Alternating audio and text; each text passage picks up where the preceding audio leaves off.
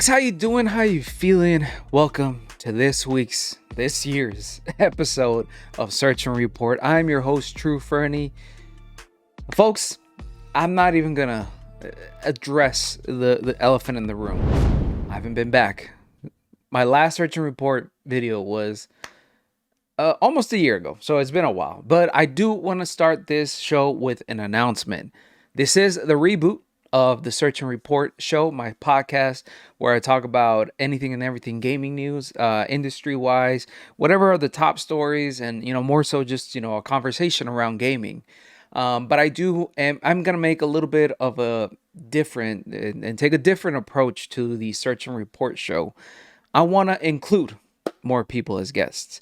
Whether you are a gaming content creator, whether you're a streamer, whether you just like to talk about gaming in a very constructive and civilized way on the internet, please reach out to me. I want to start collaborating with a lot more creators. I'm going to be reaching out to some of the creators I've been wanting to work with. Last year, I had the opportunity to collaborate with some great streamers and some great content creators, specifically, AJ from Watch Redirect. They're probably one of my main source for Nintendo news or Nintendo discussions, and especially Pokemon discussions. So it was amazing to have him on Search and Report as part of one of the episodes, as well, as a longtime friend, Arturo Vargas, more commonly known as Art Rocket, the Rocket. He's a streamer. He's a streamer. He does a lot of stuff. He's also, a filmmaker and that sort of stuff. I don't want to say what he works in, because that's none of my business to really talk about, but he works in some amazing projects and for some amazing people. But yeah, this year I really want to make Search and Report more of a collaborative thing. I am looking for a co-host, someone that has kind of like my same vibe, my same kind of energy and that sort of stuff. So if you know anyone, just let me know and we can get it popping. But without further ado, this is a new year, and I think this year specifically is going to be an amazing year for gaming. 2023 proved to be one of the best years since 2017 for gaming, specifically for Nintendo, with the release of Tears of the Kingdom, with the release of Super Mario RPG and Super Mario Wonder. It was just an amazing year for gaming. I'd say Nintendo, but also in the grand scheme of things, we got some amazing games for 2023 that rivaled the 2017 release year for gaming. But I think specifically 2024 is going to be a monumental year, specifically for Nintendo, and that's something that we'll talk about later on the episode. I really want to kind of give some of my ideas, some of my predictions based on nothing but vibes, but I also think some market rumblings here and there that I think paint a better picture for Nintendo as we head into this new year. But without further ado, how about we go straight into my favorite part of every single Search and Report that I used to do, is what have I been playing? Now, I've been playing a lot since I last talked about anything gaming related on my channel and on this podcast. Last time that I spoke to you guys, I gave you a review on Super Mario Wonder. I still think it is one of the best 2D Marios ever, rivaling Super Mario World. I think it's just fun. I think it really explored some amazing pathways that the series can take, and I really do hope that Nintendo goes down that path, because it proved to be fruitful and refreshing for the series, and I do hope that Nintendo embraces that uniqueness and really just goes all in into what Super Mario 2D the 2D series can go into, and stop really relying on nostalgia and that sort of like really classic art style and design, so to speak. But I've been playing Super Mario RPG.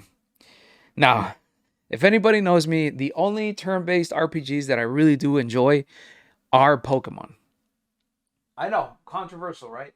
But I kind of went all into Super Mario RPG. I've heard, amazing things from not just fans of the game, from the NES days, but just the SNES days, but just from also people in general. They say this was a turning point for Super Mario, just, the actual IP of Super Mario, like delving to other different genres of gaming. It revolutionized a lot of storytelling for the series, and it just became a classic, just a childhood classic and a gaming classic. So I never got the opportunity to play this game because, to be honest, turn-based RPGs really, really intimidated me as a kid.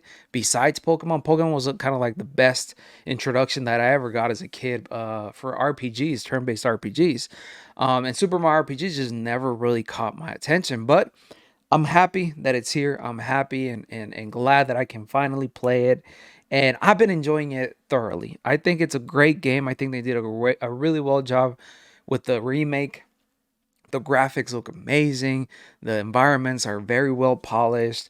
I mean, a lot of the mechanics, a lot of the animations, they're still pretty much the same as they were back in the day, but just with a really, really nice, fresh coat of paint. So regardless of those animations being a little outdated, when Mario kind of like does his little jumping animations where you're talking to NPCs and you're like progressing through the story, they really tend to show their age, but at the same time, like just how well everything looks, kind of like balances that age to it a little bit. So I really do appreciate that. I think they really put a lot of love into that, into the visual aspect of the show. So I really do like that part of the game.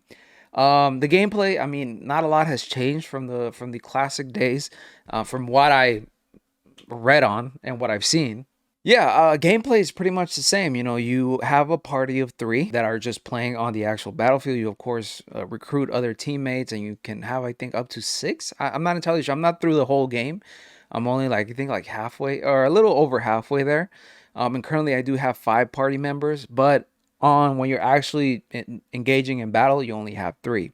Now, I also grew up playing Paper Mario. Not that much. It wasn't until Origami King, and then when they added, the Paper Mario game to the NSO app, is when I really started to dwell back into Paper Mario, and I can definitely see why people just liked the RPG Mario series. It just it's a very basic, straight to the point gameplay loop that I really do enjoy. You have the ability to choose physical attacks. You have the choice to choose more like specialized attacks. There's a what do they call it? Flower power, which is essentially mana. If you ever played any other RPG, mana is kind of like the magic power. So there's also an element of strategizing your attacks, and kind of like balancing and playing around with your levels and making sure that you're well equipped for battle. There's health items, there's magic items, there's a bunch of different stuff, and a lot of the mechanics do go pretty in depth, as far as it comes to like having a healing party member in your team, kind of focusing a specific character to just be attacks, physical attacks, just be magic attacks, or just work as a support role, or just be like a tank. So those sort of elements, you can really start to see just how much RPG elements were part of the main game. And I really do like that. I really, really do enjoy that. It made me really appreciate the RPG genre a little bit more because it's a little bit more, I don't want to say, it's a little more simplified. Me, I'm not the type of person who loves really, really complex and expansive RPGs. I'll be the first person to admit that. I'm not that very patient. I'm not that very smart. I mean, I don't even think it has to do with intelligence. I'm just very impatient when it comes to RPG. So when the elements and when the systems within an RPG game are really complex, I kind of lose interest. And it's not because it's just too hard for me. It's a combination of being impatient and being lazy. All right. I'm gonna say it. When I play video games, I don't want to think a lot. I just want to get into it. Like if there's a puzzle here and there, I'll enjoy it. But if I gotta think about, like, even sometimes Pokemon to me, it feels like a lot when you got to think about typing, when you got to think about like abilities, when you got to think about attributes, uh, all this sort of stuff that people really delve into when it comes to like breeding the perfect Pokemon and all that sort of stuff. I do not care about that. I just like to play the main story, get through it, maybe do some online battling here and there. But that's pretty much it. When it starts getting complex, I kind of lose interest. And I think it's because I look at video games more as a form of escapism and entertainment. So whatever requires my focus and my complete undivided attention, I really struggle with it. So, God, I just really called myself an idiot, huh?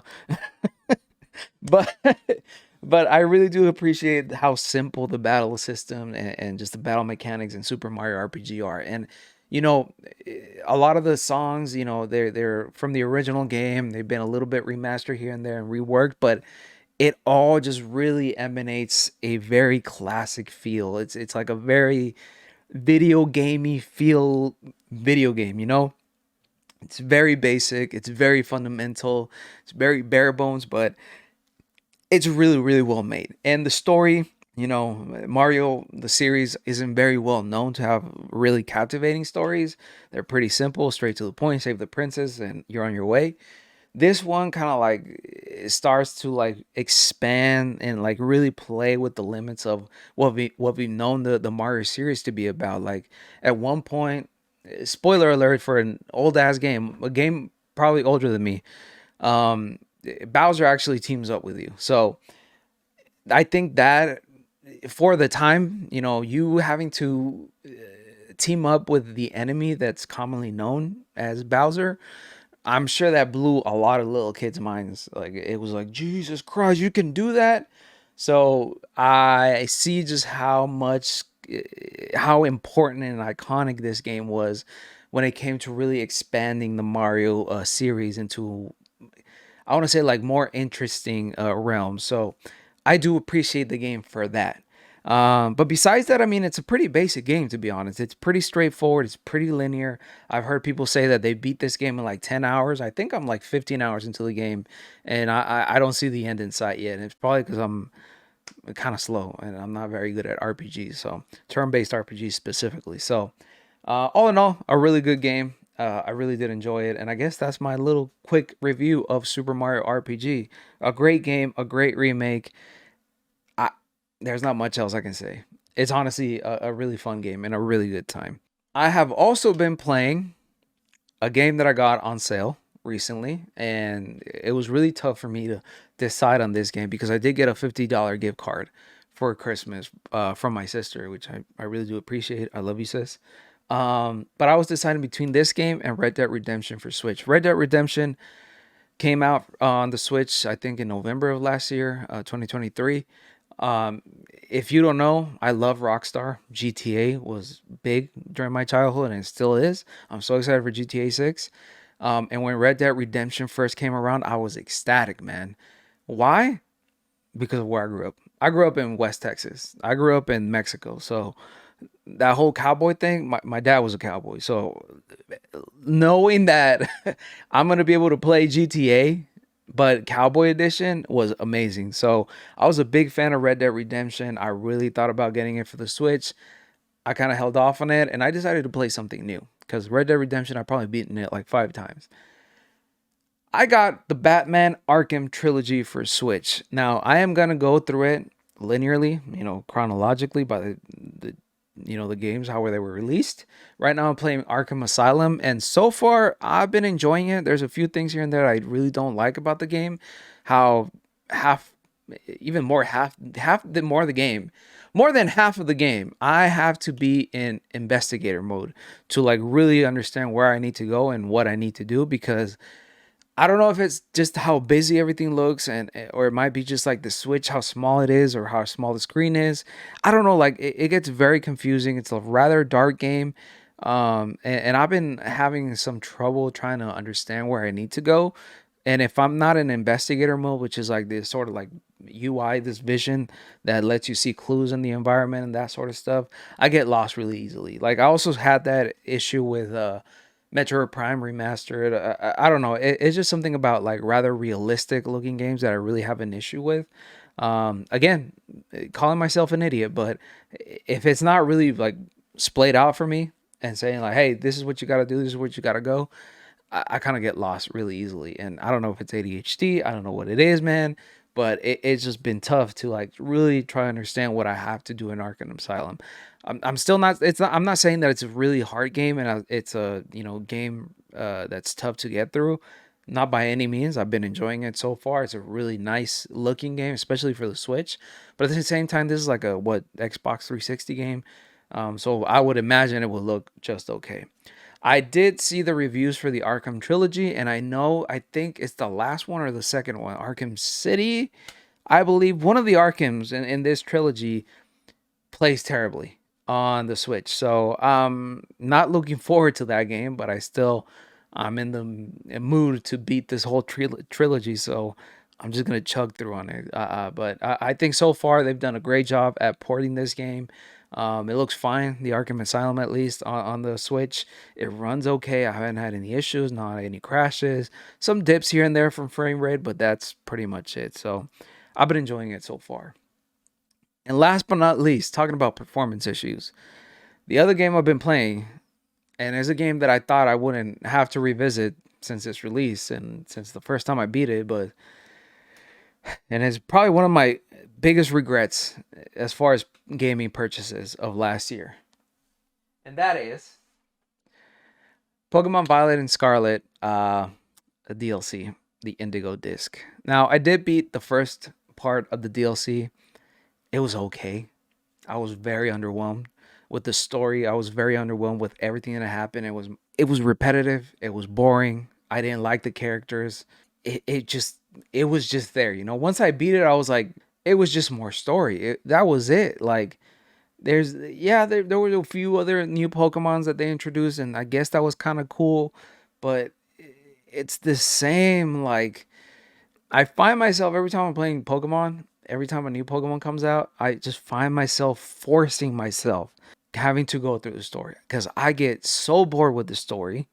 The battling system is much of the same, and I guess there is some attractiveness to that, having to play more of the same. I mean, don't get me wrong, I'm the first person who's been playing sports games since FIFA 98, but still, it's just, I don't know, man. I think I'm slowly kind of like falling off Pokemon again. I played Pokemon first, second, third generation, and then I didn't pick up another Pokemon game until X and Y.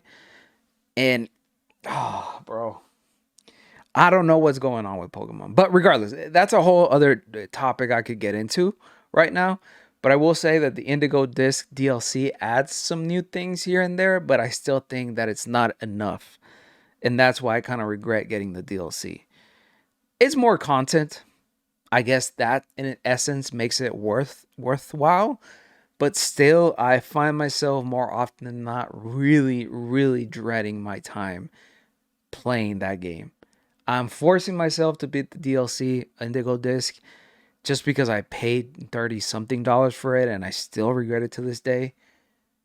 And again, the story is boring. It's more of the same, more of this school scenario, school setting that I really do not care about because I feel there's nothing at stake.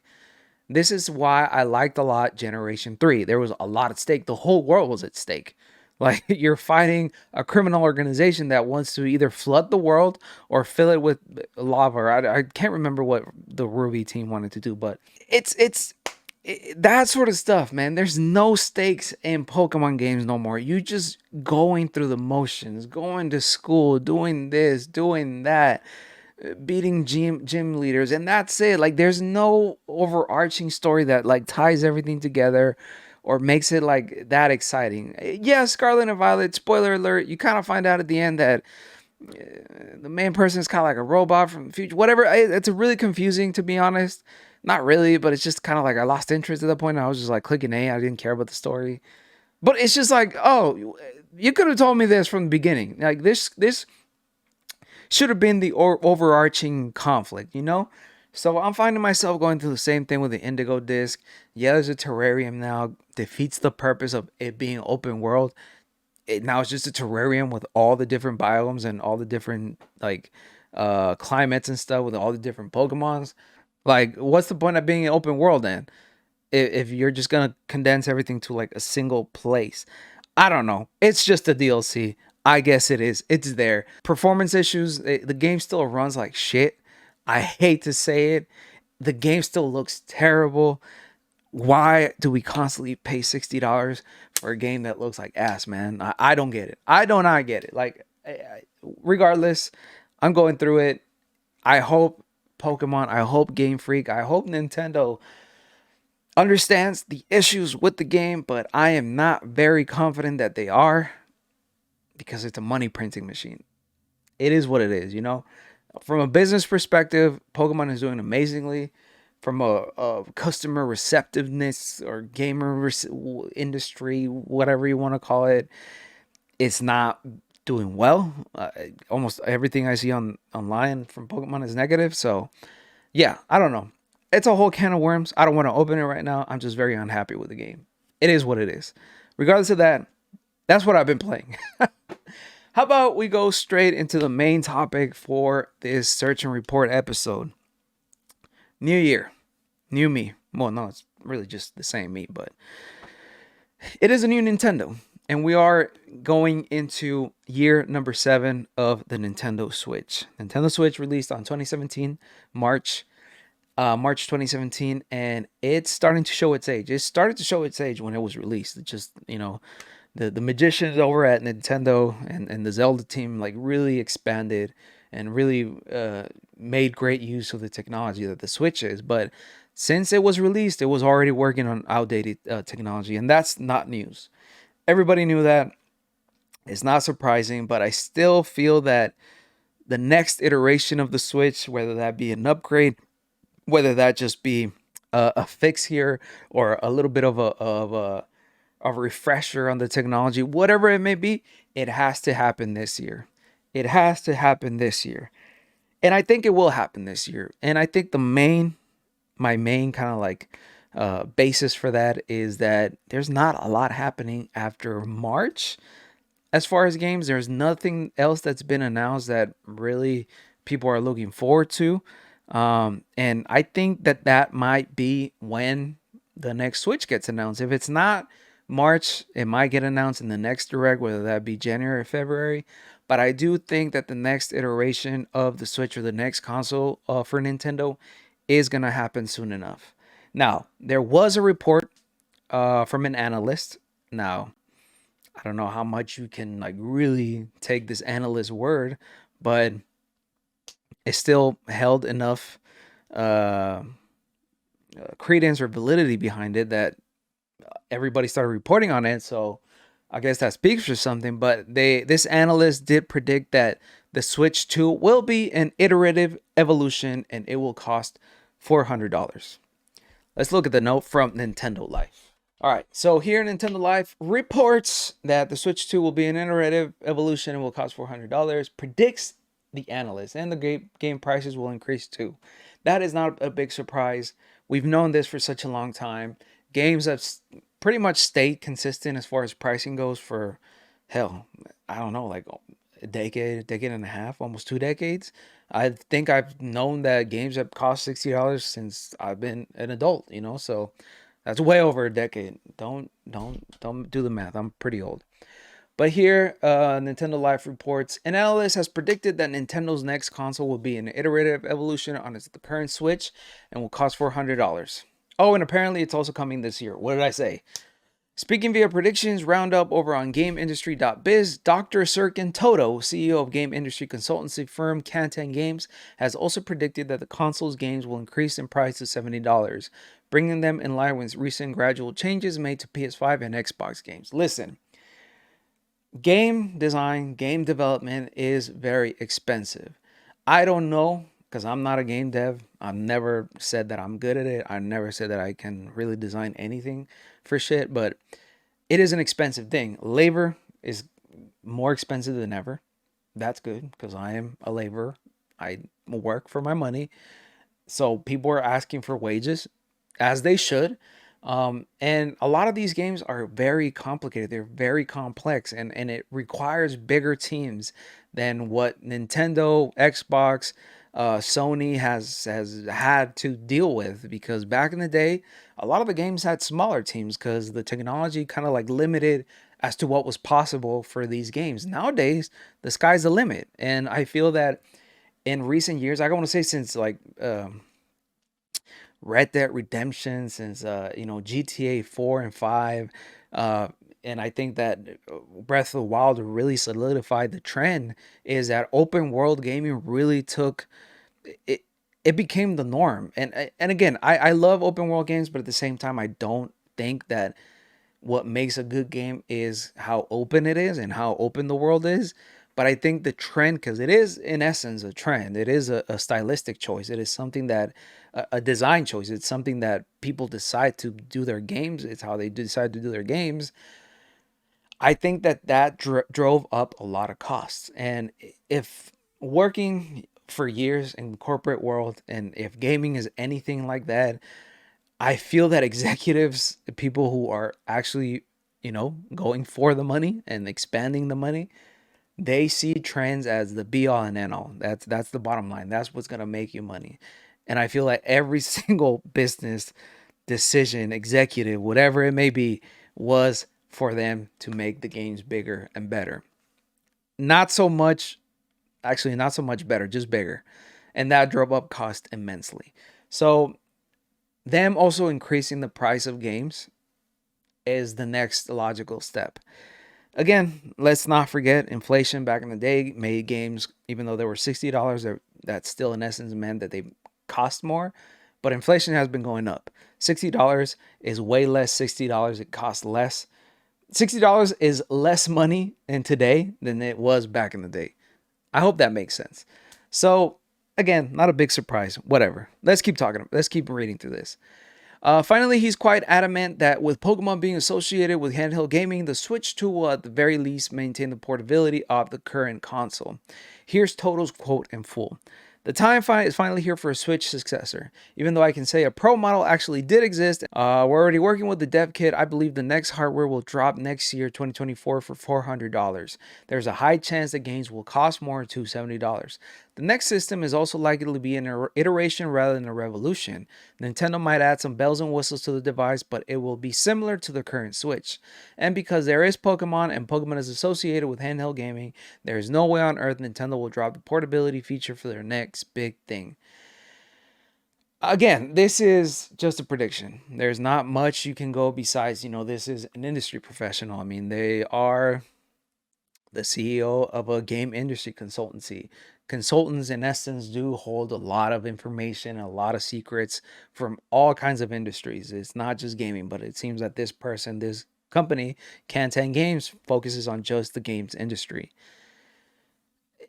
It's gonna be interesting. It's gonna be interesting regardless of what happens next. I am hopeful that this year, if not the release, at least we're gonna get the announcement, which I do think a release is imminent because there's nothing coming out after March. And that kind of like falls in line with with the Switch being released in March, and the announcement of the Switch was really close to release, yada yada yada. With the confirmation that there's already been a Pro model, and there was a Pro model that existed, and there were developers working on dev kits, I'm pretty sure that there's already developers working on the Switch 2 dev kit, whatever that may be. That seems to be more than the case. So I'm excited. I'm still kind of worried that they made Pokemon a big focus of their prediction, because that doesn't really tell me much besides it's going to be handheld. I hope it stays handheld. And my biggest thing that I feel that Nintendo, and I hope that they listen to us and stop with the gimmicks and stop trying to reinvent the wheel, is for backwards compatibility. We need backwards compatibility. The Switch has one of the biggest libraries in gaming, if not for Nintendo. It has thousands upon thousands of games that I feel that a lot of people would hate if they lost on. Regardless of it being compatible with Nintendo Switch cartridges, the new console, still there has to be a way to play the Switch games on the next iteration of the Switch. And I don't think Nintendo is naive enough to try and like reinvent the wheel again, especially with what happened with the Wii U. I hope they do follow through and they learn from their past mistakes, because that would be a big mistake. Not making backwards compatibility a huge part of the Switch 2 or whatever the next iteration is called. Because Jesus Christ, man, the amount of games that the Switch has and the amount of games that the Switch gives you access to is immense. And I think they're finally seeing that there is a need for that with the Steam Deck, with Steam Deck compatibility, with just how easy people have been able to port over, or like it is illegal, illegally emulate games on the Steam Deck. I think now is when Nintendo needs to take advantage of new technology, make it more accessible for people to buy or keep playing Nintendo games. I feel they've slowly but surely kind of like understood the importance of that, and I just don't see them going down another path. Now, as far as release, what's going to be released with the game, I don't know. I think Metroid Prime 4 is a great candidate to be a release title for the next iteration of the Switch. And I think that might be the case because it's been delayed already. It's been reworked. It's been restarted, but we haven't heard anything since the announcement that they were restarting on the game. It's been what I can't even remember when they restarted the game. I think it was 2018, if I'm not mistaken, 2018, 2019. So it's been a little over 4 years, I think. I mean, I don't know. I'm not a game dev. I don't know how long it takes to make a game of that size. I'm sure it's more than 3 or 4 years, but still, I think that would be a great title to release it with. If not, the next 3D Mario is probably the best candidate, because I really can't think of anything else. I can't think of anything else. There's not going to be another Zelda this year. Probably not in the next 3 or 4 years, which kind of sucks, you know. I hope that's not the case, but yeah, this year definitely we're going to see the next iteration of the Switch. I hope it's released this year as well, because let me tell you, man, the Switch console to me is like kind of losing its steam. I play just to play little things here and there, but it's no longer as exciting as it was. Not especially with the Steam Deck around, not with like PlayStation Portal, even though it's not really a console, but still like the ability of being able to play PS5 games on the go is amazing to me. It's something that I really want to get my hands on. It's been extremely inaccessible trying to get a PlayStation Portal, but yeah, I feel Nintendo would be dumb not to include backwards compatibility, not sticking to the portable element of it, and also like not upgrading the system in like a very impactful way. We really do need better technology. I know it's not the most important thing, but Jesus Christ, man, that doesn't mean you're gonna re-release the NES technology. You know, you're not gonna stay on the same technology, regardless of whether you don't think technology is that important for Nintendo. It still has to evolve in some way or shape or form. And I think giving us 4K, 1080p mobile gaming, 60 FPS, that sort of stuff, that really technical stuff is still very important as a fundamental, as a foundation, as something that should be the basis, because design can only do so much if your console sucks ass. But it is what it is. Those are my predictions for 2024 and for Nintendo. I hope that we see the next 3D Mario dropping this year. I hope Metroid Prime 4 is a release title for the Nintendo Switch. I don't see Pokemon games coming till next year. I don't see a Zelda coming up in like 3 or 4 more years. I really do hope backwards compatibility is a big thing, and I hope, and I do predict that it will be, but time will tell, man. I'm personally gonna give it till springtime is when we'll see the first thing relating to the Switch successor. But you let me know down in the comments below what you think is the future of Nintendo for this year, 2024. What are we going to see in terms of titles? What are we going to see in terms of console news? What do you think is the future of Nintendo for this year? But folks, that is it. I have nothing else to talk about. It's been a rather slow start to the year, I will say. I've been trying to get that PlayStation Portal like crazy. Something I want. It's probably the only thing that was on my list as far as gaming. I just really want to test it out, and I really want to be able to play PlayStation games on my couch because I do not like having to sit on my desk to play video games anymore. I think I'm getting old, but it is what it is. But yes, biggest announcements is that this is the reboot of Search and Report. I am definitely going to be dropping these weekly, if not bi-weekly, whenever there's actual news or stuff that I want to talk about. But yes, I do want to invite more people to be part of this show. If you're a content creator, gaming content creator specifically, streamer, if you know people that are open to collaborate, please let me know. I'm going to start reaching out to people. And again, I am in the search for a co-host. I do think that these sort of shows, these sort of podcasts, flourish a lot more when there's more than one talking head and more than one just one perspective. I think it makes things a lot more interesting and more engaging. So definitely looking to collaborate. Definitely looking for more help. But yeah, folks, I'm back, baby. I feel very... Oh, talking about PlayStation Portal, I just got the notification that it's out of stock. Amazing. But yeah, folks, I've been True Fernie. This has been Search and Report. Links to my socials are down below. Please make sure to follow me on Threads. I don't use Twitter no more. Fuck that place. Follow me on Threads, where I spend most of my waking hours talking about gaming, sneakers, sports, movies, anime, anything that might interest you as my viewer. Links to my socials, again, I said it before, are down below. Please make sure to follow me on Instagram, TikTok. I upload more of like sneaker content on that, but still, if you want to keep up with my random man's life, go ahead. But yeah, happy to be back. Happy to be talking again about gaming. Love sneakers, love sports, love music. Those are my 4 things. The 4 nations. But folks, please take care of each other, but most importantly, take care of yourself in this new year, man. We're going into a unforeseen future. We're going down a crazy path, at least where I live, and we gotta look out for each other, man. Community is all you got. Just your neighbors, that's all you got. Your family, your friends, take care of that. All right, peace.